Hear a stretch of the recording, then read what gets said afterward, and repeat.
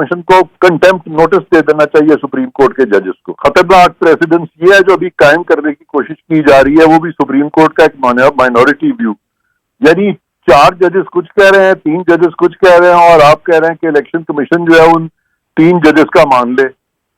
तो और बल्कि इलेक्शन की तारीख जो है जरा उस पर आ जाए ना आप। तारीख, बिल्कुल तारीख में जो हमें अंडरस्टैंडिंग समझ आई है कि 22 मार्च के बाद 13 दिन का फर्क पड़ा। बड़ा आसान मामला है, ये मुश्किल नहीं है।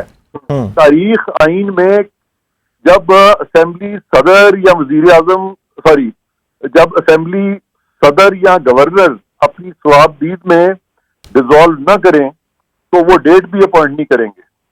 ये आइन में लिखा हुआ है साफ तौर पे।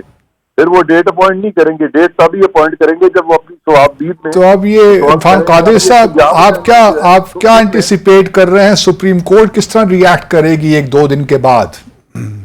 कल 11 अप्रैल है। कि अगर सुप्रीम कोर्ट अपना गलत फैसला मुसल्लत करना चाहे उस पे इलेक्शन कमीशन पे, तो इलेक्शन कमीशन को कंटेम्प्ट नोटिस दे देना चाहिए सुप्रीम कोर्ट के जजेस को। वे बड़ी बात कर रहे हैं आप कह रहे हैं कि election commission of Pakistan supreme court पर तौहीन लगाएगा। व्हाई नॉट, बिल्कुल।